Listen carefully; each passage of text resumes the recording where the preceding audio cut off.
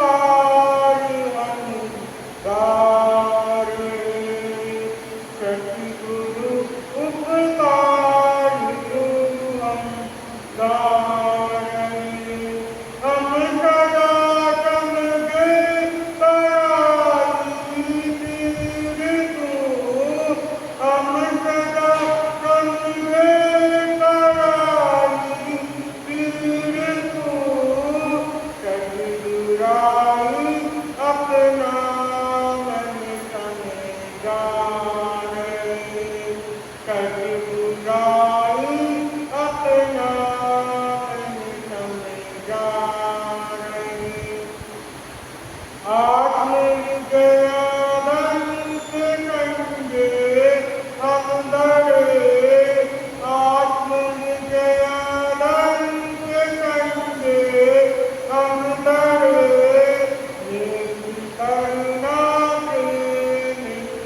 गंगा गई नित्य करुणा नित्य गंगा गई हे प्रभु तेरे चरण मन आए शुद्ध मन की भावनाएं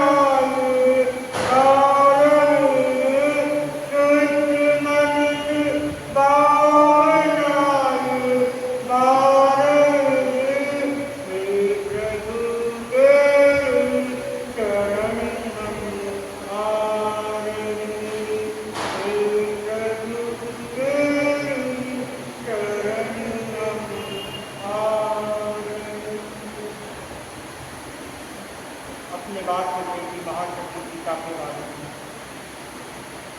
अब राम लक्ष्मण उनकी सेना लंका पहुंचती है और घूमकर रावण के पास जाकर समाचार देते हैं कि राम लक्ष्मण अपनी एक बड़ी सेना के साथ लंका पहुंच चुके हैं। और रावण की जब ये बात पता चलती है जैसे धरती के नीचे से पैर के नीचे से धरती निकलती उसे एकदम का शौक लगता है कि समुद्र पार करके कैसे यहाँ तक पहुंच गए। एक करके मुझे लगता है कि कहीं गलत फहमी हुई होगी, लेकिन ये विश्वासी गलत समाचार को नहीं दी। रावण अधिमंत्री मंडल को बुलाता है और दोस्ती करता है। जब रावण इस दोस्ती में सबको आमंत्रित करता है तो साथ में कुंभकर्ण है विभीषण की आमंत्रण होते हैं। जब सबसे पहले कुंभकर्ण खड़ा होता है, रावण भी कहता है ये युद्ध करना मुझे सही नहीं लग रहा है और मेरी बात मानो तो आप पिता को धोखा दो, ना तो युद्ध करना पड़ेगा और मामला यही स्टार्ट हो जाएगा और शायद रावण आपको माफ भी करे। लेकिन रावण कहाँ मानने वाला है। रावण जिस प्रेम भाव से कुंभकर्ण ने समझाया था उसी प्रेम भाव से रावण को वापस समझाता है। देखो हम वापस सीता को तो लौटा देते रहे और सामने जो परिस्थिति आई थी उससे हमें लगता तो कुंभकर्ण बेहद राजी हो जाता है कि जैसा भाई बोलेगा ऐसा हम करने तैयार हैं। अब विभीषण महासभा में बैठे बैठे विचार करता है, मैंने रावण को कितनी बात समझाने की कोशिश की, भाई मेरी बात मानने को तैयार नहीं। एक बार प्रयास वापस कर देना चाहिए मेरे को। अब तो राम लक्ष्मण जी यहाँ पहुँच चुके हैं, अब शायद भाई के मन में मेरी बात टूट जाए लग जाए तो कहीं पूरी लंका बढ़ सकती। ये बात उसके मन में आती है और दूसरी तरफ वापस सोचता है मुझे अच्छी तरह पता है रावण मानेगा तो नहीं और क्रोधित नहीं हो जाएगा उस पर और कोई दूसरा फैसला नहीं दे। लेकिन विभीषण भी अपने मन को समझाता है जो भी होगा विफल जाएगा, लेकिन मेरी कोशिश को एक बार वापस कर। जैसे ही दोस्ती शुरू होती है विभीषण एकदम से खड़ा हो जाता है, कहता है भैया मैं कुछ कहना चाहता हूँ। आज पूरी मंत्रिमंडल बैठी हुई, अब उनके सामने रावण को तो पता ही था कि किस बारे में बात करना चाहता है, लेकिन अब लोगों के सामने उसे देखते हुए अच्छा भी नहीं लगता था। तो फिर रावण ने अपनी से बोलो क्या बोलना चाहता। तो विभीषण एक प्रश्न करता है, मेरा एक प्रश्न है आप उसका उत्तर दे दो। और किस आधार पर युद्ध करना चाहते हैं राम लक्ष्मण, मेरा इस प्रश्न का उत्तर दे। और वो भी एक प्रश्न के 4 प्रश्न कर देता है। पहला प्रश्न करता है आप किस आधार पर युद्ध करना चाहते हो, इसका सबसे पहला कारण क्या है। कारण आपका स्वाभिमान है, स्वाभिमान को ललकारा उन्होंने आपको तो आप युद्ध करने के लिए जा रहे हो उनके साथ। दूसरा प्रश्न रखता हूँ क्या लंका को जीतने तो वो आए नहीं है, लंका को उनको पाना नहीं है, कभी भी आधार को उनके साथ युद्ध करना चाहते हो। तीसरा प्रश्न रखता है, क्या उनके मन में आत्मविश्वास के लिए राम देश में नहीं आया है? उनको ये लंका नहीं चाहिए, उनको इस लंका से कोई लेना देना नहीं है, फिर भी आप उनसे युद्ध करना क्यों चाहते हो? अब वो प्रश्नों की नदी लगा देता है सामने और कहते हैं उनको आपका राजपाट नहीं चाहिए, और क्या तुम्हें उनका राजपाट चाहिए? हालांकि तुम जानते हो वो सन्यासी है, सन्यासी के साथ क्या है, तो फिर किस आधार में उनसे युद्ध करना चाहते? और पांचवा प्रश्न रखता है, क्या धर्म के नाम से युद्ध करना चाहते हो तो इसमें न्याय के लिए लड़ते हैं, तो अपने पास कौन न्याय है? हम किस आधार से उनसे युद्ध करें? पांचवा प्रश्न छठा प्रश्न रखता है, क्या अपनी सुरक्षा का लिए युद्ध करना चाहते हो? आपकी सुरक्षा किस की सुरक्षा है, तो आप क्यों युद्ध करना चाहते हो उनसे? क्या अपने आदर्श के लिए युद्ध करना चाहते हो? हालांकि वो आदर्श शक्ति है, राम लक्ष्मण आदर्श के प्रति है, और तुम्हारे पास कौन सा आदर्श है तुम उनसे युद्ध करना चाहते हो? और आखिर में कहता है, आखिर में तुम चाहते क्या हो, किस लिए युद्ध करना चाहते हो? मुझे इस बात का जवाब अब रावण के सामने कोई इतने प्रश्न का कोई जवाब नहीं था, और विभीषण उनके जवाब के मिलने से पूर्व ही वापस लेने लग जाता है। भैया मैं तो जानता हूँ आप इतने शक्तिशाली हो, आपकी शक्ति में कोई संदेह नहीं है, हमारी पूरी मंत्रिमंडल में भी कोई संदेह नहीं है, ये युद्ध तो हम नहीं जीतेंगे, लेकिन कोई युद्ध करने का आधार तो चाहिए, किस आधार पर हम युद्ध करने जाएंगे? आप मुझे एक बात बताएं कि हम किस आधार से युद्ध करेंगे? अब विभीषण अपनी बात आगे बढ़ाते हुए वापस कहता है, फिर एक सौंदर्य के पीछे पूरी लंका को डुबा रहे हो आप, कितने की हत्या होगी, कितने मारे जाएंगे उसमें इस युद्ध में, कोई कल्पना नहीं है आपकी?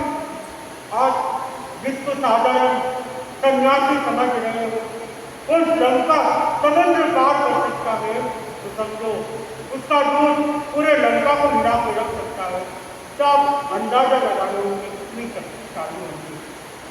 हालांकि मुझे कोई संदेह नहीं अपनी शक्ति से, अपने आप से कोई संदेह नहीं, आप शक्तिशाली। कहीं ऐसा नहीं हो कि दुष्परिणाम हो जाए इस लंके का।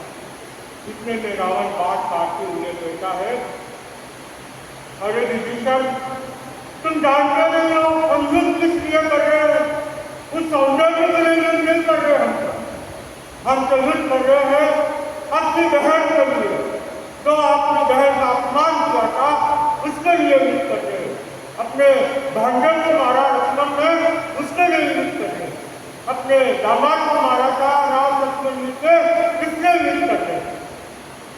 कोई सौंदर्य और यौवन को युद्ध नहीं करते, बदला तो लेना पड़ेगा, नहीं बहन को तो न्याय दिलाना तो पड़ेगा, और मैं न्याय के लिए धर्म के लिए युद्ध करता हूँ, कोई शौक से युद्ध नहीं करता। और तुम जो भी बात कर रहे हो सोच समझ के बात किया करो, और तुम किसके सामने बात कर रहे हो? रावण जब इतना कुछ सुना देता है फिर भी विभीषण चुप नहीं रहता, वापस खड़ा हो जाता है। विभीषण कहता है, भैया आप सही बात कह रहे हो, न्याय को लिए युद्ध करना चाहिए, और अपनी बहन के साथ जो भी हुआ अच्छा नहीं हुआ यदि मैं भी जानता हूँ, लेकिन आप एक तरफ का देख रहे हो, दूसरा तरफ का भी आप देखो इससे गलती किसकी थी? अपने दादियों को मारा गया, इसमें लक्ष्मण की कोई गलती नहीं थी, वो तो अनजाने में मर गया, अनजाने में हत्या हो गई, तो उसमें राम लक्ष्मण को दोष दिया नहीं जाता। रही बहन की बात, बहन को अपना रूप बदल के उनसे शादी करने गई थी, तब कहा गया था तुम्हारा न्याय। जब ये बात सुनता है रावण क्रोधित हो जाता है और रावण कहता है बस विभीषण आगे कुछ मत करो। तो विभीषण कहते भैया बात तो पूरी सुन लो, फिर आप अपनी बात बताना। तब कहा गया था आपका न्याय या भूमि तुम्हारी बहन जो 50-60 साल की उम्र में है, 16 साल की लड़की बनके राम और लक्ष्मण की शादी करनी गई और जब उन्होंने विश्राम किया तो तुम्हारे साथ आपके सीता के गुणगान गाए, सीता का सौंदर्य रावण ने तुम्हारे सामने प्रस्तुत किया और तुम इस रावण ने सौंदर्य में और रवि भट्ट की बात, दामाद की बात, उसको तो राम लक्ष्मण ने नहीं मारा। वो तो सामने से युद्ध करने गया था उनसे। युद्ध में तो पता ही है कोई एक ही जीत पाएगा, दोनों जीतने से रहे। तो जहाँ न्याय था न्याय की जीत हुई, सत्य की जीत हुई और अन्याय की तो हार हुई, असत्य की तो हार। इतनी बात उनको रावण क्रोधित हो जाता और क्रोध से उसका अहंकार दूर करता। विभीषण तुम भूल चुके हो कि तुम किस राजसभा में रहते हो, तुम जानते नहीं मैं कौन हूं और किसके सामने क्या बात कर रहे हो। मैंने तुमने कितनी बार समझा दिया है कि इस बात में मेरे साथ कभी मत चाहता, इस बात में मेरे से कभी बात चर्चा मत करना। फिर ये बार बार तुम इस चर्चा को लेकर आ जाते, बार बार अपमानित होकर तुम्हें जाना पड़ता। मैंने दीदी से वापस खड़ा हो जाता भैया अपमानित की कोई बात नहीं, मैं तो आपके हित के लिए कह रहा हूँ। मैं चाहता हूँ कि धर्म न्याय और सत्य की जीत हो और न्याय और सत्य का आज की तारीख में राम के पास अपने पास नहीं। तो रावण उसके लगता तो तुम्हारी बात में मान लूँ, क्या मैं मेरी बहन का बदला भी नहीं लूँ, मेरे दामाद का भी बदला नहीं लूँ, मेरे भाग्य का भी बदला नहीं लूँ, ऐसे ही कौन उनको कहना क्या करते हो। वापस दीदी से खड़ा हो जाता है।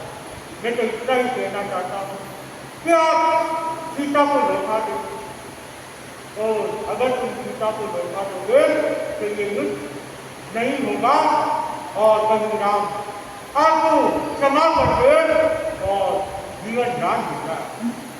नहीं तो पता नहीं क्या अनर्थ हो जाएगा इस लंका का। विभीषण इतनी बात होती रावण क्रोधित हो जाता। रावण और उसका साथे आसमान तक पहुंच जाता है। अब वो भूल जाता है कि मेरा भाई और कहता है अगर तुम मेरे भाई नहीं होते यही कहीं तुम्हारी गर्दन कटा देता, लेकिन मैं भाई के हिसाब से अभी तक चुप रहता हूँ, लेकिन आज तुम्हारी जबान बहुत ज़्यादा ही खुल गई है और इसका तो परिणाम अंदाज भुगतना ही पड़ेगा। और विभीषण कहता है भैया समझाना मेरा काम था और समझना नहीं समझना तुम्हारा काम है। मुझे जितना समझाना चाहिए समझाने की कोशिश, लेकिन अब तुम जानो तुम्हारा काम क्या है। रावण को क्रोध से भरा हुआ था। रावण कहता है विभीषण मैं अधिक से अधिक में इस नहर से बाहर निकालता हूँ, अरे किसी समय के बाद अगर तुम लंका में दिखाई दिए तो तुम्हारा वध हो जाएगा, तुम्हारी गर्दन काट दिया जाएगा। बहुत जल्द तुम इस लंका को छोड़ती बाहर जैसे ही आगे सुनता है। विभीषण को पहले से ही अंदाजा था कोई ना कोई अनहोनी तो घटनी घटनी है, क्यों मुझे अच्छी तरह पता है मेरा भाई तो मानने वाला नहीं। अब वो सोचता है मैं कहा था क्या करूँ और मुझे एक शर्त के लिए नहर में रुकना भी। और वो चिंतन करते करते नहर से बाहर चला जाता है, सभा से बाहर जाता है और अपने वक्त में चला जाता है। अपने आत्मकष्ट में जाने के बाद अपनी पुत्री को बुलाता है और पुत्री की जगह को पूरी घटना सुनाता है।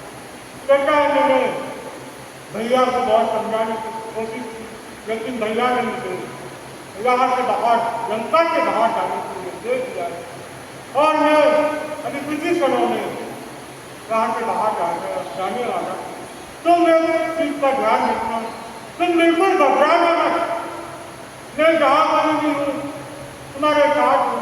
तुम सीता का पूरा साथ लेना और सीता की पूरी रक्षा करना, सीता का मनोबल बनाए रखना और सीता को इतना दे देना राम लक्ष्मण अभी लंका पहुंच चुके हैं और जल्दी से जल्दी तुम्हें यहाँ से लेके जाएंगे और तुम सीता का मनोबल ऐसे ही बनाए रखना, तुम बिल्कुल घबराना।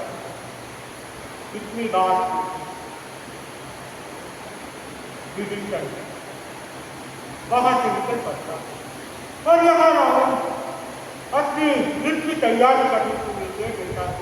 इंद्रजीत को कहता है कि पूरी युद्ध की तैयारी करें और एक बड़ी सेना के साथ हमें युद्ध के लिए जाना है। और यहाँ से युद्ध की तैयारियां हो जाती है। जैसे विभीषण नहर से बाहर निकलता है और सामने राम लक्ष्मण उसके मन में आता है कि मुझे एक बार राम लक्ष्मण से मिल लेना चाहिए, फिर आगे जहाँ जाना होगा वहाँ चला जाऊँगा, लेकिन एक बार मुझे राम लक्ष्मण से मिल लेना चाहिए। जैसे ही उनके तरह राम लक्ष्मण की ओर बढ़ते हैं, हनुमान अपनी सेना देख के घबरा जाती है कि विभीषण इधर क्यों आ रहा है। कोई माया जाल तो नहीं चली रावण में। राम के पास आते हैं, राम को समाचार देते हैं कि विभीषण यहाँ आ रहा है, उसके पास अपनी तरफ बढ़ रहा है, कहीं रावण ने नई चाल तो नहीं चली। आप सावधान देना, आप तो हमें आज्ञा दे टुकड़े टुकड़े। राम कहता है, तेरे पूछता है राम कितने जने आ रहे हैं। वो कहता कोई नहीं के साथ में, अकेला देवी है। राम कहता है इसे आने को होगा, बातचीत करते हैं, फिर हम फैसला करते आगे क्या करते। लक्ष्मण कहता भैया दुश्मनों पर विश्वास नहीं करना चाहिए, आप तो मुझे आज्ञा दो, मैं उसका खात्मा करके आ जाता हूँ।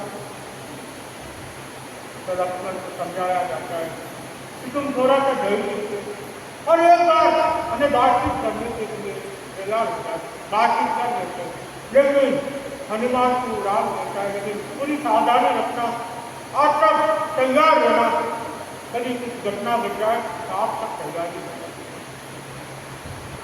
और जैसे ही विभीषण राम के भीतर निकट पहुंच जाता है और वहीं द्वार से रोक दिया जाता है, पूछते हुए क्या कारण है, क्यों आए हो। वो कहता है मुझे राम से मिलना, एक बार मुझे राम से मिलना है। फिर द्वार पर अंदर आता है, राम से निवेदन करता है, मैं विभीषण आया है, उसके पास हथियार तो कुछ भी नहीं है, दिख तो नहीं रहा है, लेकिन माया नहीं हो तो हमें पता नहीं, लेकिन वो आपसे मिलना चाहता है। राम के सम्मान के अंदर दिखा और राम की पूजा के बाहर आते बाहर गिरा जाते हैं और विभीषण के लिए भी आसन की व्यवस्था करते हैं, जो पत्थर उनकी बैठने की व्यवस्था करते हैं, उसको से सम्मान दिखाया जाता है। अब हम कल आगे क्या होता है और कैसे दोनों की बातचीत होती है और आगे कैसे होता है, इसी के साथ होता है।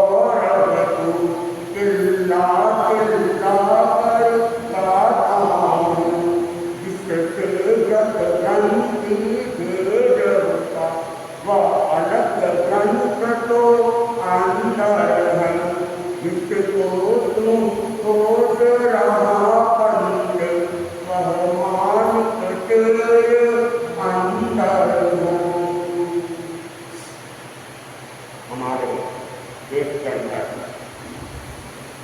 कुछ परंपराएं हैं जो ग्रंथों की बड़ी महिमा गाते हैं, पंथों की भी बड़ी महिमा गाते हैं, अपने अपने संप्रदाय गुणगान करते हैं, अपने अपने धर्म के शास्त्रों का गुणगान करते रहते हैं।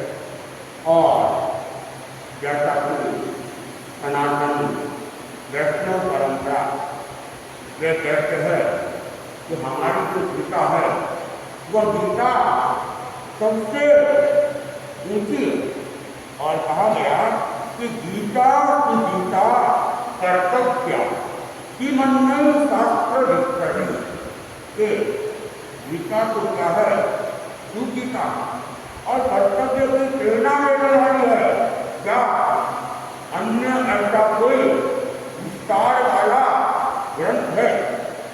और कुछ लोग ये भी कहते हैं कि भागवत भक्ति से भरा हुआ अद्भुत ग्रंथ है, और इसकी जो कथा की जाती है सप्ताह की कथा, कि उस सप्ताह की कथा को जो सुन लेता है उसके सारे के सारे पाप समाप्त हो जाते हैं। और जैन परंपरा में भी कहा जाता है कि जैनागम अपने आप में आध्यात्मिक ग्रंथ है, आचरण और उत्तरायण सूत्र अपने आप में अलग और अद्वितीय ग्रंथ कहे जाते हैं। और जैनों के अंदर में दिगंबर ब्रह्म परंपरा है, तो दिगंबर परंपरा जैसा कि आगम बत्तीसवीं को स्वीकार नहीं करता है, और वे कुंडाचार्य द्वारा रचित समयसार प्रवचनसार आदि ग्रंथों की वे महिमा गाते हैं। ईसाई लोग बाइबल की बात करते हैं, मुसलमान लोग कुरान शरीफ की बात करते हैं, और सिख लोग वे लोग गुरु ग्रंथ साहिब, जपू जी आदि को विशेष पूजनीय ग्रंथ मानते। और सिखों में तो कहते हैं कि इन ग्रंथों की ही पूजा हो, वे किसी व्यक्ति विशेष की नानक देव इत्यादि की पूजा नहीं करते हैं, बल्कि ग्रंथों की पूजा करते हैं। और इन ग्रंथों को सिर के ऊपर रख के इनकी शोभा यात्रा भी निकालते हैं, और देवताओं की तरह इन सबकी पूजा होती है। लेकिन गंभीर प्रश्न यह है कि जितने भी ये ग्रंथ है ये बहुत ऊंचे है, और इनके जो उपदेश है बड़े मार्मिक है, बड़े तार्किक है, लेकिन जब तक ये उपदेश हमारे जीवन में असर नहीं करेंगे तब तक हमारा कल्याण होने वाला नहीं है। हम किसी भी ग्रंथ की महिमा गाड़े, किसी भी पंथ की महिमा गाड़े, लेकिन जीवन व्यवहार के अंदर जब तक उसका असर नहीं दिखाई देगा तब तक ग्रंथ चाहे कितने भी हो, मुख्य रूप से ग्रंथी भेद होना जरूरी है। अगर ग्रंथी भेद नहीं हुआ है तो फिर ग्रंथों से केवल कल्याण होती है। और ग्रंथी भेद कब होता है? ग्रंथी भेद कब होता है जब हमारी अंतर का विवेक जागृत हो जाता है और उसके विवेक जागृत हुए बिना यदि हम केवल ग्रंथों को पढ़ते रहेंगे, ग्रंथों को सुनते रहेंगे, सुनाते रहेंगे, लेकिन उसे उतारेंगे नहीं तो फिर कहते हैं वही घोड़ा और वही मैना। एक घटना मेरा कुछ संत पंजाब में गए और प्रारंभ के समय की बात और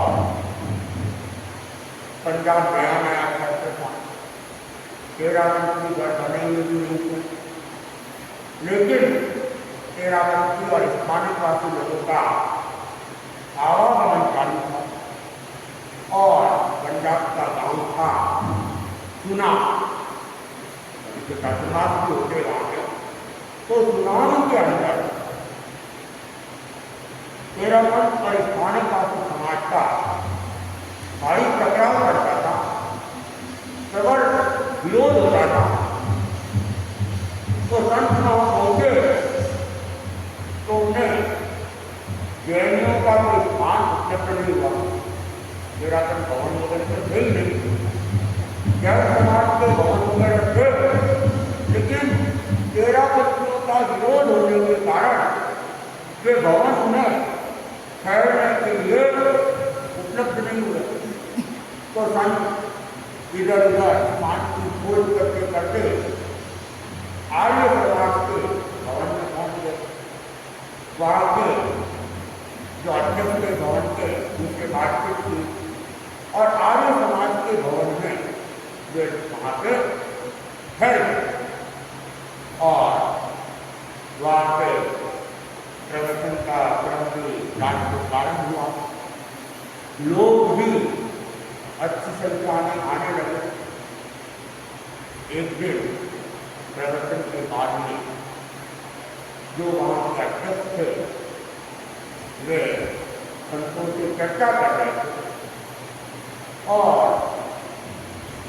आर्य समाज भवन के जो अध्यक्ष थे बड़े सुलझे हुए व्यक्ति थे, चिंतनशील व्यक्ति थे, बुजुर्ग थे, अनुभवी थे। उन्होंने बात में कह दिया कि महाराज ग्रंथों में उपदेश बहुत बड़े हुए और उपदेश सुनाए भी बहुत जाते, लेकिन जब तक जीवन में नहीं उतरता है तब तक वे फलित नहीं होते। और उन्होंने एक घटना प्रसंग सुनाया कि आर्य समाज का एक प्रचारक एक बार यहाँ पे आया, यहाँ ठहरा और रात को प्रवचन हो रहा था और प्रवचन का विषय था तंबाकू और उसने तंबाकू के बारे में धारा प्रवाह प्रवचन और अनेक अनेक दृष्टांतों से उदाहरणों से तंबाकू पीने का कथन और वैज्ञानिक तर्कों से भी उसने सिद्ध कर दिया कि तंबाकू क्या है, हानिकारक। प्रवचन समाप्त हो गया और प्रवचन समाप्त होने के बाद वो भीतर कमरे में जाता है और जेब से बीड़ी का बंडल निकालता है, दिया चढ़ाई निकालता है और जैसे ही वह बीड़ी निकालने वाला था और अचानक से वह पहुंच गया और जब मैंने उसके हाथों में बीड़ी का बंडल देखा मुझे एकदम ही गुस्सा आता, क्रोध आता और गुस्से में मैंने उसे जोर से थप्पड़ और कहा, अरे अभी अभी तो तुम तंबाकू का भोजन कर रहे थे और खुद तुम ये तंबाकू पी रहे और वो जैसे सुना वो घर गए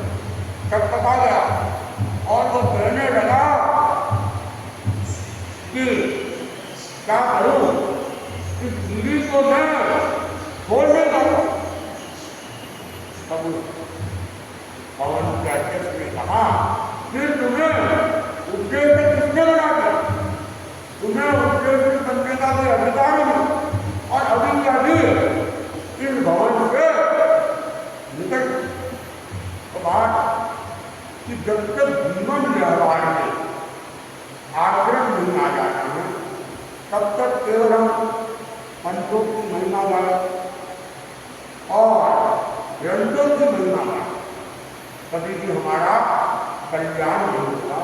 कल्याण तो तब होगा जब ग्रंथि भेद हो। ग्रंथि भेद होना बहुत जरूरी है और ग्रंथि भेद हो जाएगा तो निश्चित ही कल्याण भी हो जाएगा। ज्ञान परंपरा के अंदर ग्रंथि भेद का विशेष महत्व माना गया और ग्रंथि भेद ये महत्वपूर्ण तत्व है और ग्रंथि भेद कब होता है पता है? ग्रंथि भेद कब होता है? ग्रंथि भेद जब अनंतानुबंधी क्रोध, मान, माया, लोभ, सम्यक्त्व, मिथ्यात्व और निष्प्रय इन 7 प्रकृतियों का उपशम त्रय या प्रयोक्षम होता है तो ग्रंथि भेद होता है। तब जाके सम्यक्त्व की प्राप्ति होती है। इन 7 का उपशम त्रय या प्रयोक्षम और जैसा उपशम त्रय या प्रयोक्षम होगा वैसे ही सम्यक्त्व की प्राप्ति हो जाएगी। अगर इन 7 प्रकृतियों को दबा दिया गया, उपशमित कर दिया तो जो सम्यक्त्व प्राप्त होगा और सम्यक्त्व कौन सा होगा? उपशम सम्यक्त्व की प्राप्ति होगी। और इन 7 प्रकृतियों का प्रयोक्षम कर दिया तो प्रयोक्षम सम्यक्त्व की प्राप्ति होगी। और अगर इन 7 प्रकृतियों का त्रय कर दिया, समाप्त कर दिया तो फिर साहित्य सम्यक्त्व की प्राप्ति होगी। तो जो साहित्य सम्यक्त्व है वह तो आने के बाद कभी जाता नहीं है, सदाकाल रहता है। सिद्धावस्था में भी वो साहित्य सम्यक्त्व बना रहता है, लेकिन उपशम सम्यक्त्व और प्रयोक्षम सम्यक्त्व वह जा भी सकता है और साहित्य सम्यक्त्व में भी परिणत हो सकता है, साहित्य भी नहीं। लेकिन सम्यक्त्व आ जाता है, रिजर्वेशन तो हो जाता, मोक्ष का आरक्षण हो जाता है। तो ये ग्रंथि भेद और ये ग्रंथि भेद इन 7 प्रकृतियों का जब हल्कापन होता है तब होता है। तो ग्रंथि भेद हो जाए तो अपने आप में कल्याण हो सकता है और जब तक ग्रंथि भेद नहीं होता है हम अपने लक्ष्य की दिशा में आगे नहीं बढ़ सकते हैं। लक्ष्य का निर्धारण होना जरूरी है और जब तक लक्ष्य का निर्धारण नहीं होगा हमारी सारी दौड़ और भूख अज्ञानता में ही होती रहेगी। कहा गया है बिना लक्ष्य की दौड़ भूख परिणाम न लाएगी, वह पावर कैसे मिल सकती जो चीज तुम्हारे अंदर की। बिना लक्ष्य के अगर हम दौड़ धूप करेंगे तो फिर हमें परिणाम भी मिलना नहीं और जो हमारे भीतर में है और उसको हम बाहर खोजने जाएंगे तो वह फिर मिलना भी नहीं। कहा जाता है कि एक बुढ़िया थी और आंखें उसकी कोई कमजोर होती फिर भी वो काम करती रहती थी। एक बार वह सिलाई कर रही थी और सिलाई करते करते धागा पूरा वो वाकई धागे को पिरोने लगी और बुढ़ा था, हाथ थोड़ा भूल गया, कंपाइनर हो गया और वो सुई हाथ पे गिर सुई गिरी वहाँ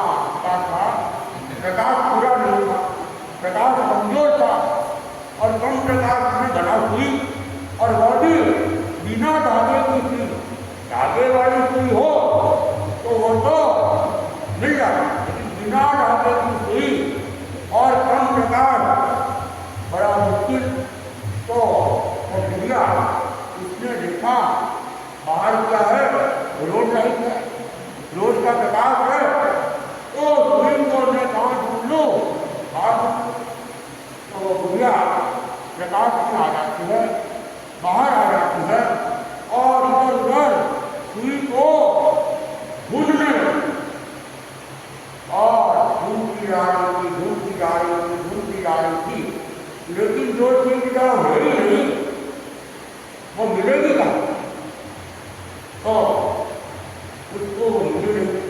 उस समय कोई व्यक्ति समझदार व्यक्ति को उधर से गया, सज्जन व्यक्ति था, बड़ा व्यक्ति था, तो उसने देखा बुढ़िया माटी की भूख रही है तो चलो कोई चीज हो गई होगी, मैं भी थोड़ा सहयोग कर लेता हूँ।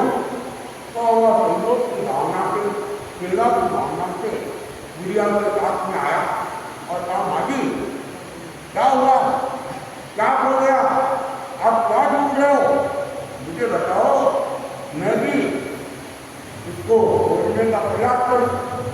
तब बुढ़िया बोली कि मैं सुई ढूंढ रही हूँ।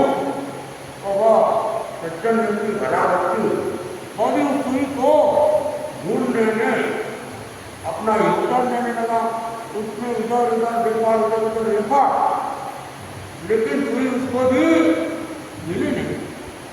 और वो बड़े आदमी ने कहा कि माटी जब सुई गिरी थी आप बैठे थे कि खड़े थे, कि मैं तो बैठी बैठी सुई गिरो रही थी और सुई गिर आप बैठे रहा थे कि बैठी लगा अंदर थी। आदमी ने कहा माटी वो सुई तो अंदर गिरी थी कि बाहर गिरी थी, गिरी तो अंदर ही थी। आदमी ने कहा जब सुई अंदर गिरी थी तो माटी के बाहर ढूंढने से कैसे लगेगी, वो तो फिर अंदर ही ढूंढने लगेगी।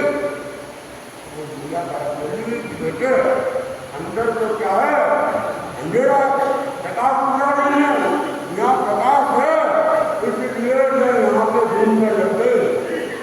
अरे माटी उसने कहा प्रकाश भक्ति कितना भी हो लेकिन प्रकाश से सुई मिलने वाली नहीं है।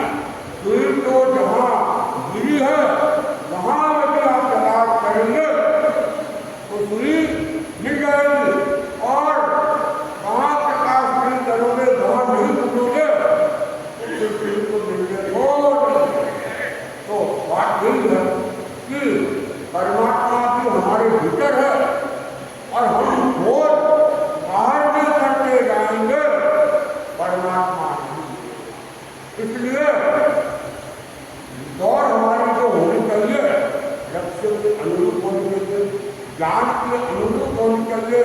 बिना ज्ञान के, बिना विवेक के अगर हम केवल दौड़ लगाएंगे तब भी लक्ष्य मिलना नहीं है। और लक्ष्य के प्रति जानकारी होनी चाहिए कि लक्ष्य हमारा है क्या।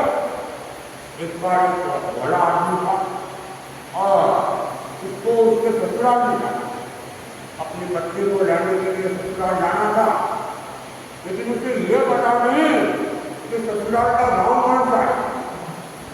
अब वो रेलवे स्टेशन पहुंच गया और टिकट बिक्री के गया और टिकट लगा और जाने वाले को कहा तो मुझे ससुराल की टिकट चाहिए।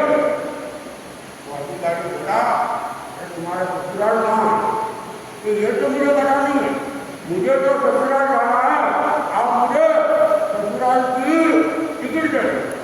जब ससुराल कहाँ है इसका ही पता नहीं तो वो टिकट देने वाला टिकट कैसे देगा, टिकट दे नहीं सकता। इसलिए अज्ञान न होगी, ज्ञान नहीं होगा तो लक्ष्य तक हम पहुँच भी नहीं पाए। और कई बार तो ऐसा होता है कि लक्ष्य तो हमारे पास में, लेकिन फिर भी हम इधर उधर दौड़ धूप करते रहते हैं स्लीपिंग, और वह जोर जोर में रो रही थी और रोज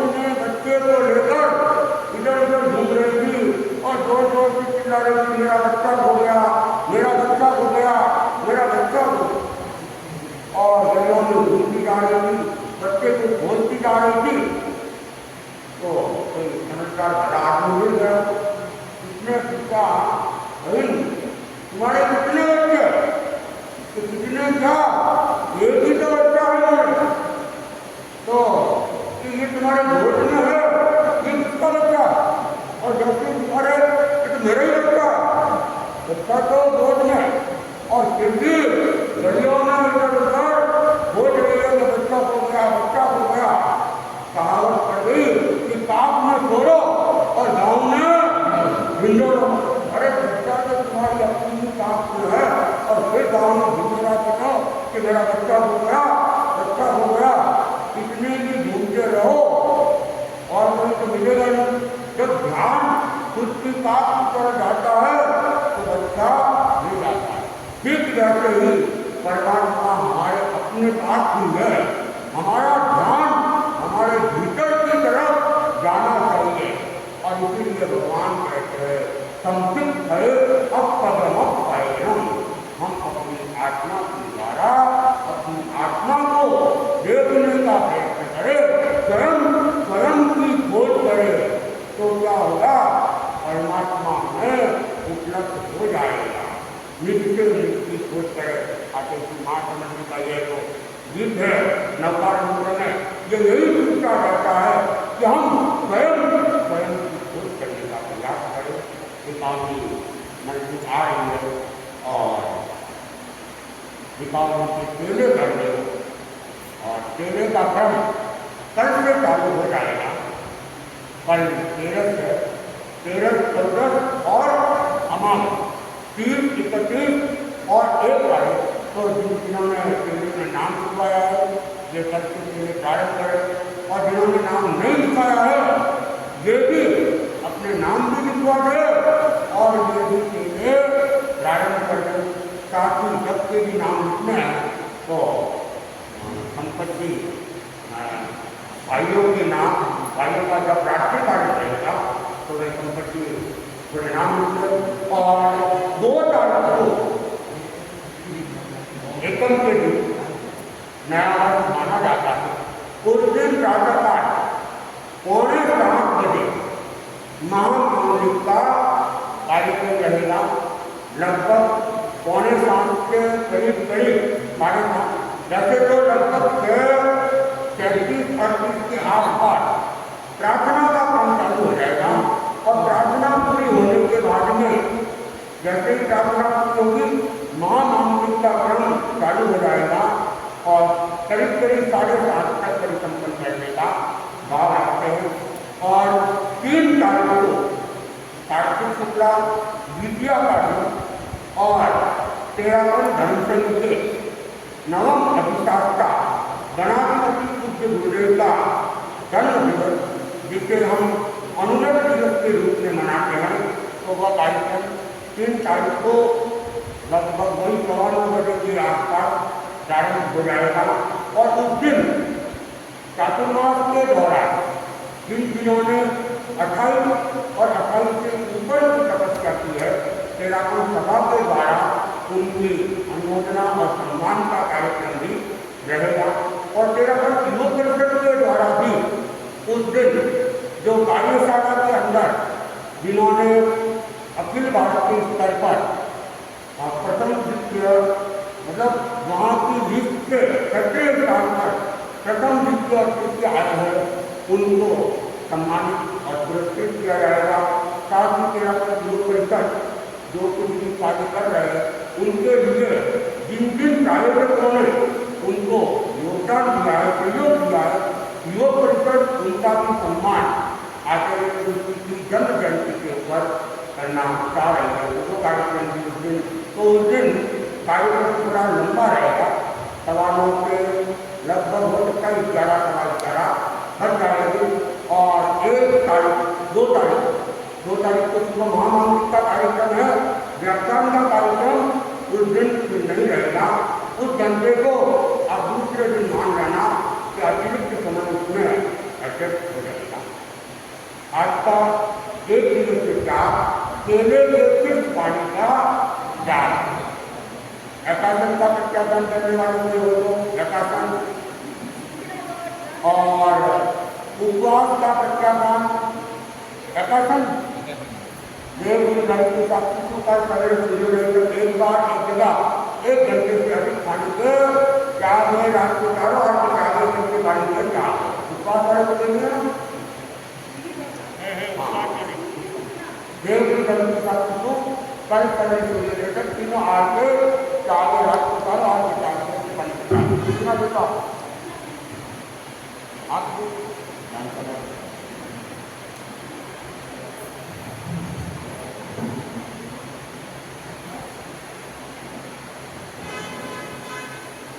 पहले भी जिन्होंने नाम नहीं लिखवाया है